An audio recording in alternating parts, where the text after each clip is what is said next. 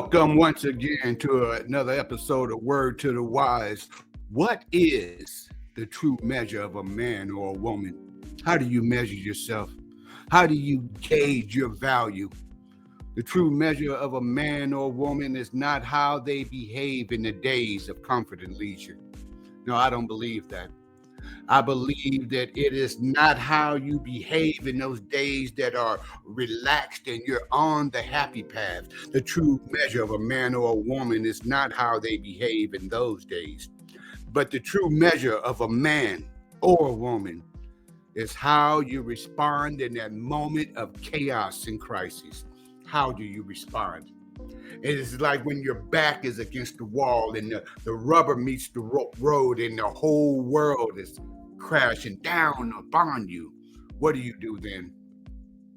I think, hey, you should not judge me when I'm on vacation.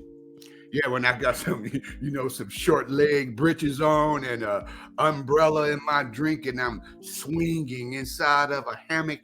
Oh, and I can smell just the sweet salt scent of that salt water up in the air. I can hear the birds in the island singing and chirping a concerto. Now, I'm easy like Sunday morning. You don't have to judge me then. Who am I when my back is against the wall? Who am I when the world is just being unfair to me and when the world just as harsh as it can be, when everything is coming down on me and when rejection after rejection and you keep getting no after no after no, who are you then? It's easy to tell who a person is when everybody tells them yes. People who are surrounded by yes men and all they hear is yes all the time, you don't know what their true measure is. But if you have that answer and you've ever had to have that self-discovery and dig beneath your own veneer and ask yourself the question, who are you? And you asked that question in the mirror and you had an answer, great. And if you did not have an answer, that's even better because I say you're in the right place. So come on, cousins, and let's pod about it. In a world fraught with confusion, one man will break his silence.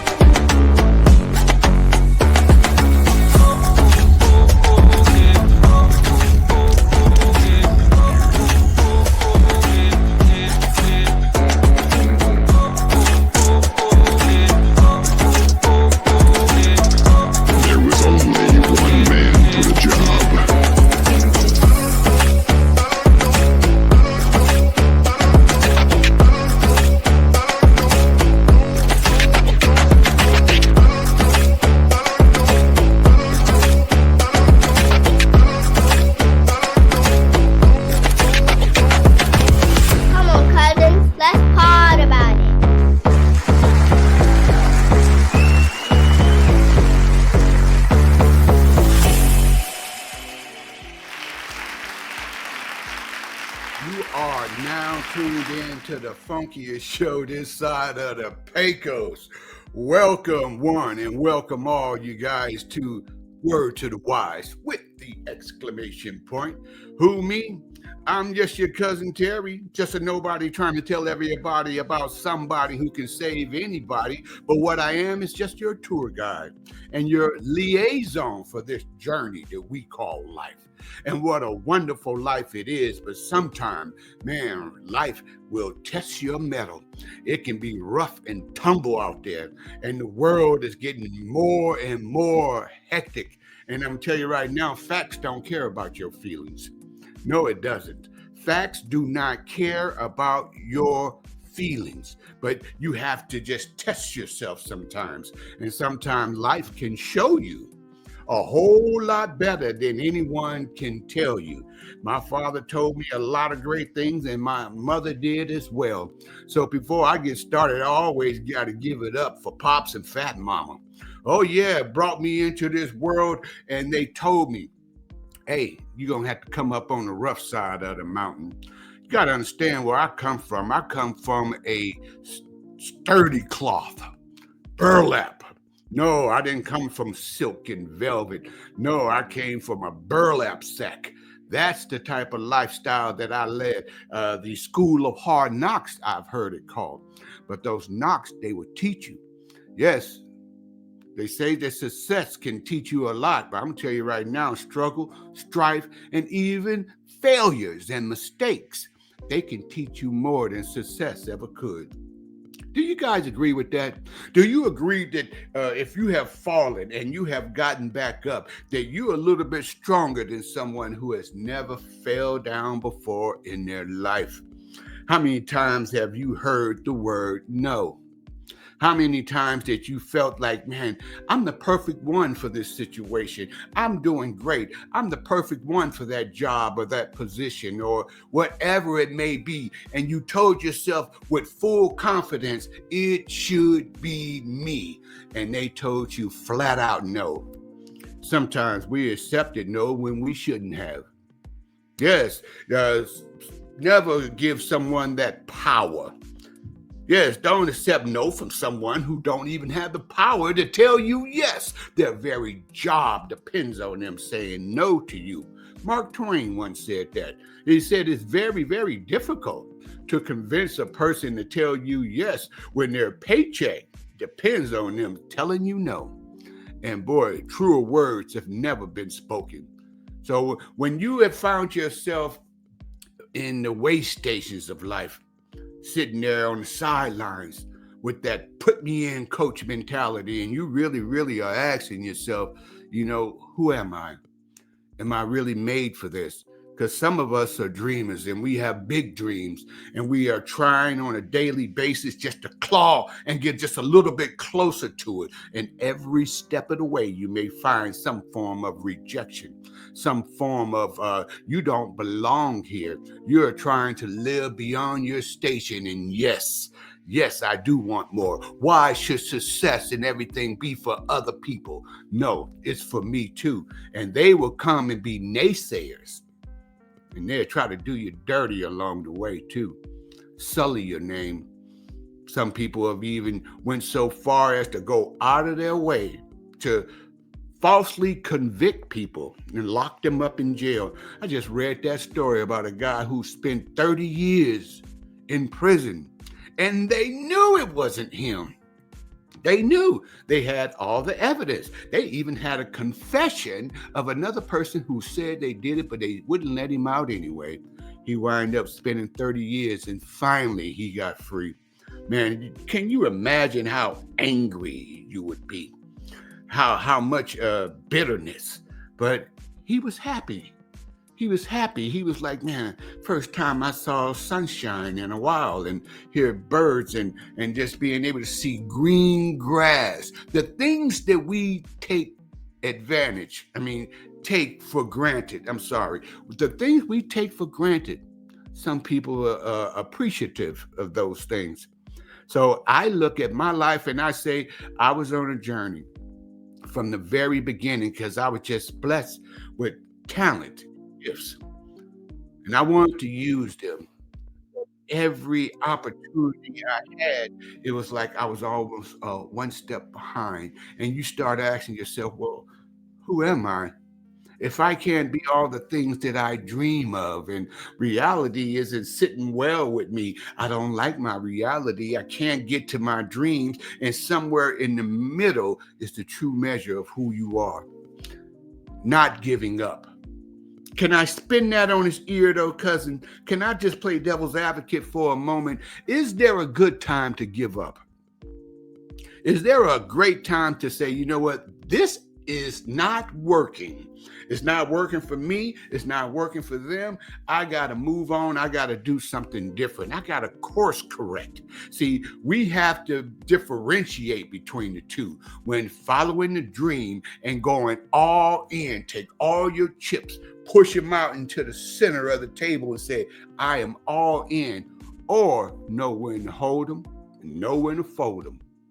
Know when to walk away, and know when to run. That is the big question. So my question for you, it still remains, who are you? Have you done some self-evaluations? It is real easy to have other people evaluate us, but have you evaluated yourself and you told yourself the God's honest truth? And I'm going to tell you right now, it comes a time when Doing the right thing, it just don't feel good. No, it feels horrible sometimes just doing the right thing, especially when you see the cheaters are winning. There's a lot of cheaters in the world today, and they seem to have the upper hand. But to thine own self be true, you can't give up on your dreams, your aspirations, and your goals. You have to stay the course. But it's all kind of carrots that are out there dangling, want to lure you over into the dark side. And when you get there, the enemy will say, see, I told you. I told you you could not be good. But what is good? I mean, it's a relative term, right? I always say good is the enemy of great, but what is good? Are we really good people? I like to think so. I like to think that there is greatness also. If good is the enemy of great and you don't want to settle for good because it's like wallowing in mediocrity and you want greatness for yourself, well, you got to reach out and you got to grab it. It's not going to come to you. Sometimes it won't even come halfway. You have to take the giant step, and that leap is called faith. But when you have this faith that is inside of you and you take that leap, you got to realize you're going to be operating in a realm that is just you. You may not have not a single person believe in you. They will all tell you no. So you're in a secret society of self. Yes, I'm in a society of one. Even though I am a part of the greater and larger society, I know that the world is not going to issue out me any free lunches. I found that out early in life. And boy, did it stay true throughout the duration of where I stand right here and right now, cousins. Nothing is really free. Yeah, free stuff costs, you know? 99-cent store don't cost 99 cents. And you go to get some air in your tire. Air used to be free. Air is cost some money. Now you got to put some coins in there. They even accept card. Water, something that's supposed to be free to the world, where everyone should be entitled to water just by being born on this earth. But still, you got a water bill. Water should be free. So if they're charging for water and they're charging for air, what do you think your dreams will cost? How much will you pay? How much will you give up so that you can truly walk in your destiny and walk in that greatness? You're in a society of one, a secret society. You're in a society of one person. And that doesn't mean that you have to go it alone. There's nothing wrong with having a mentor. I have 3. I have a mentor for my career, a mentor for my marriage, and I also have a mentor just for my spirituality. And they should never intertwine. No, I wouldn't ask my career mentor about my marriage. Matter of fact, I'm probably his.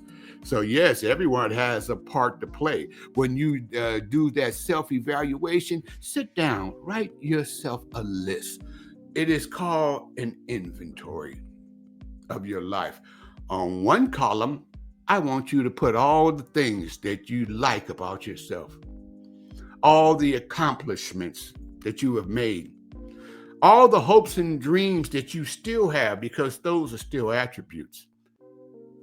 List them all. And then on that other side, put the things that you do not like. And those are opportunities. Those are areas for improvement. You could be able to improve your life, but you got to know what it is first. Yeah, you can't go around blind, and sometimes you can't even ask your loved ones what it is I need to work on. You're going to be okay. Yeah, you really want to know? Ask your hater. Yeah, ask your enemies. What is it that you don't like about me? They'll tell you, I don't like your whole everything. I don't like nothing about you. So you get yourself a list. Some of those things you have to cross out. Some of those things that's going to hinder you from where you want to be, but it's good to see it. Good to see it in its physical form as an inventory. What do I like about me? What are my opportunities that I can change? And then somewhere in between, that's where that rubber, that friction that meets the road Yeah, that's where all those cliches come up, to where the whole world is against me. Sometimes I feel like, man, it's a dog eat dog world, and I'm wearing dog flavored underwear. Yes, and they just keep coming at me. The punches come in bunches sometimes. And life, boy, it can put your chin in your chest and have you saying, woe is me. Why me, Lord? I mean, this hectic world is forsaken. It's like the stress and the strife of this ragamuffin life has my fortitude to break it. Yeah, you are under attack. But the enemy doesn't go after people he already has. No, just like in sports. Yeah, no one's going after the player that they already have. You're not a free agent. You're on the team. We're trying to get some new acquisitions in. The enemy is the same way. And my father, Pops, told me that. You know, I was going through life rip roaring and just running the streets wide eyed and fancy free, and everything started to fall apart right at the seams. And I went to my father and I told him, Dad, I think I think the enemy's after me. I think he's trying to get me. I feel like, you know, that evil wants me on their team. And he looked at me. He was doing something, but he stopped what he was doing and he looked at me. He was like, "Enemy ain't after you. He got you already. No, you get yourself a good wife, a good job, a good church home, and start reading the scripture and hitting your knees and praying, and then you will see what the enemy can really do." Woo! Boy, he was right. Because see, when you're out there doing his bidding, he don't have to recruit you anymore. Matter of fact, you are his ambassador out there doing the recruiting for him, whether it's consciously or subconsciously, whether you're doing it on purpose or on accident. Yeah, it's doing it just the same. Yeah, try to better your life. Try your best to be the best person that you can and do the right thing, even when the cheaters are winning, cousins. Keep doing the right thing. Then you will see, yeah, the magnitude of all the things that seem to come your way. Test. It's going to be a test inside your testimony. And when that does occur, you can come out on the other side, but you won't be squeaky clean. No, you won't be without scars. If anybody ever tell, I don't want you. I don't want you. I don't want you in my life. Good. You go about your way. If any job is ever tell you can't get this new position, you can't get this new job, you can't move up and get this new career. Okay, you're not the only company. You know what? And I'm not going to give up just because you feel a certain way, because I know the facts. And the facts don't care about your feelings. I know who I am, and I know whose I am. Yeah, I come from a long line of struggle, and we came out on the other side. Did not come out squeaky clean. One of my favorite scenes in cinema is from Shawshank Redemption. Andy, when he escaped. Know what he did? He climbed through the sewer line, through all the filth and the muck. And oh man, the worst stench. He had to just retch up the contents of his stomach while he was crawling to, it was nothing left but stomach bile. He couldn't even throw up anymore. And the sewage and the liquid he was in, it was the worst filth that you can imagine. And it was a football field, 100 yards. And he came out on the other side and he tore off them clothes. It stunk. And he looked up and it was raining. And boy, he was filthy, but it washed him clean. But first, you got to go through it. I come from a long line of struggle. I come from a great man, Wilbert Patrick. Yes, brought his family out from the deep south to Southern California, and he came to make better for us as the children. How many times have you just wanted better, and it had to take you down the unfamiliar road where you're going to get tested? It's going to find out the true measure of a man at that point. Who are you? Because you're going to go through some struggles, and he did it. And he bought a home that was way bigger than the house that he grew up in. He grew up with dirt floors. Yes, in a shack, but it was clean, and they wind up doing upgrades and everything. But his house burned to the ground. How would you feel? You know, in that house 2-3 years, and your dream home is gone. Did he give up? Though he throw both hands in the air like Marvin say, make you want to holler and throw up both your hands? No, he put the pain and the struggle to the side. Even though it was deep inside, he put it to the side. He went and got another house. Did not give up. I come from him, and I come from his father before him, who used to travel out there and at night going preaching, backwoods Mississippi, dangerous out there on that road. And he went out there, and yes, and he had a message he was trying to deliver. He was trying to deliver a message after working hard on the farm all week, and Sunday he wanted to be there at the church as a traveling pastor, and it was dangerous out there. Yeah, he's out there. I don't know what he was in, an old car. Maybe he was on a horse and cart with 2 lanterns out there trying to go through these sticks and uncharted territory. Man, you know how scary it can be out there on that road with those slave hunters out there hunting for free people so they can take your papers and kill you anyway. Those were the days. And you know what? He showed up. He suited up. He showed up. And he said, I am not accepting no for an answer. Man, sometimes when I'm out on the road, right here in 2025, cousins, yeah, can be in a luxury Escalade, halogen lights, heated seats, GPS on a big old screen, and I still get a little nervous, like I don't know where we're going in these woods. Imagine being out there by yourself. So you find out who you are on that road. You find out who you are when your whole everything is lost. They took it all, burned it to the ground. Nothing left but the just soggy charge and the remains. You find out who you are, and you keep moving. And here I stand right now. I done been through so much stress and strife. Yes, I've been in situations where I didn't want to carry on, cousins.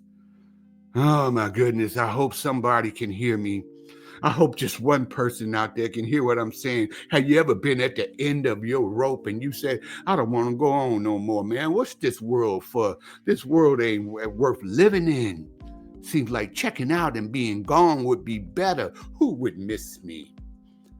And now you look back and like, man, if I had, my children wouldn't be born. Their lives wouldn't exist, and everybody they have touched, that wouldn't happen. Yes, everything that you have touched, it is gone, because the richest place in the world, I used to think it was Fort Knox, but Miles Monroe said, no, it's not diamond mines. It's not Fort Knox. No, those are gold and diamonds. The richest place is the graveyard. That's what he said, because that's where everyone took their hopes and their dreams and their aspirations, and they took them with them, and they packed them up in a case, and then when they checked out, they took them with them, and they were surrounded by the ghost of all their muses and their inspirations. Say, we came to you. We could have went to anybody in the history of the world, but we came to you, and you did nothing with us. Now we must die here with you. Go to the graveyard. Yeah, let's snatch that wealth out of that graveyard. Live full, die empty. Live full, Die empty, live full, and say, I'm not leaving anything out here. I'm leaving it all on the field.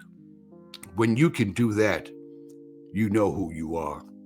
And I don't care, cousins, win, lose, or draw. You're going to face all three of them. Win, lose, or draw. It doesn't matter. Not in the game of life. Just swing them from the shoulders and say, this is who I am. This is the fight that is in me. And I'm going to give you the best fight that you've ever been in. And win, lose, or draw, it don't matter. You know that I am a man. And you are a woman. And the true measure of a man or a woman is not how they behave in the days of comfort and leisure. No, it's how you respond in that moment of chaos and crisis, in that moment when your house burns down, in that moment when you're out there on the road, in that moment when nobody else has your back, in that moment when you had 99 no's and you just kept walking through them and you got one yes. You got yourself one yes. And that's all it takes, cousins. Oh, that's all it takes. And I'm glad you guys have taken your time. Hey, I'm going to give myself a round of applause. Oh, yeah. But I love the fact that you're here. This is a great day, and I want you to understand this. Don't accept no from someone who don't have the power to tell you yes. Don't you do it. Yes, it's their job to disappoint you. It's your job to walk through it, okay? And be strong when you do. And that's okay if you're weak too. It doesn't mean you got to be strong every moment of the day. You can have your moment of weakness, but who are you in that moment of chaos and crisis? Rise above that. Just like old cousin Terry out here. It's a jungle out here. But I'm swinging like Tarzan, I'm telling you. And I got your back like vertebrae. I'll be seeing you guys soon, okay? I'll be here on every single Wednesday, you guys. And hey, you keep swinging and keep slugging. This is a beautiful day and a beautiful time for Word to the Wise with the exclamation point. And if you like to give, go ahead. I would love to see you guys give to this program. And you can find me on all these programs standing right here too. All right? Love, peace, and hot catfish grease. See ya.